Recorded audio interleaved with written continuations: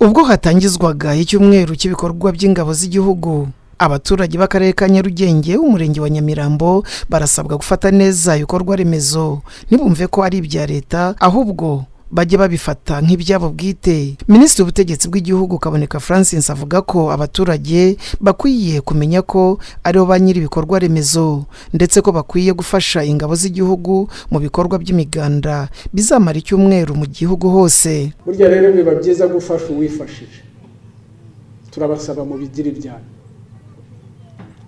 nko kubarebera ngo barimo barakora, mube muri aha ngaha mpaka uyu muhanda urangiye kugira ngo bishobore kubafasha, mubona aho munyura heza, mubona uko mushobora guhahirana na bagenzi banyu mu mirenge yindi cyangwa mu turere tundi, mwumve ko ari igikorwa cyanyu, nimukitirire abasirikare, ni icyanyu, baje kubatera ingabo mu bitugu. Kaboneka Francis kandi avuga ko abaturage baramutse bashyize hamwe imbaraga nabo ubwabo bakora ibikorwa bafitiye umumaro aho gutegereza ko Leta igomba kubibakorera gusa. Ibi ngibi bitubera urugero rwiza yuko abantu bashyize hamwe n'ibindi byose twabikora.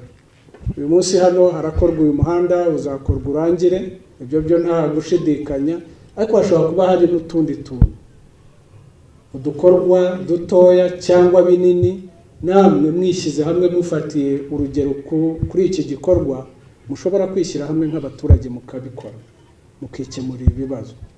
Byaba bibarengeje imbaraga, wenda hari ubundi bushobozi, ubuyobozi burahari, ingabo zirahari, ariko mwabigize ibyanyu, mwabitangiye, mugasaba gufashwa cyangwa umusaza, ariko namwe mwashyizeho akantu.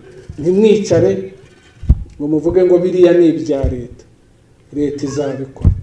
Leta ni wowe, ni jyewe, nitwe Leta. Leta ni abaturage.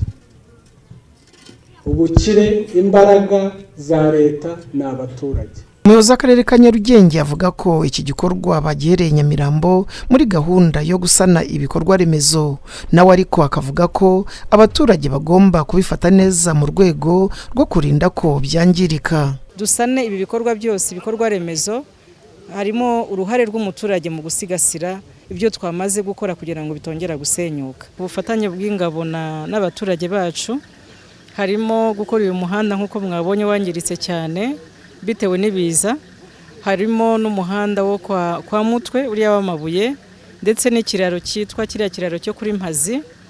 Tukaba tuzanafatanya mu guhinga igishanga cya Nyarufunzo, ndetse n'iki kiraro uko mukibona nacyo kirimo mu bikorwa tuzafatikanya nabo. Abaturage ariko bavuga ko ubusanzwe bari bazi ko ingabo zishinzwe ibikorwa byo kurinda ubusugire bw'igihugu, bakishimira ko ubuzitabira ibikorwa by'iterambere ry'igihugu.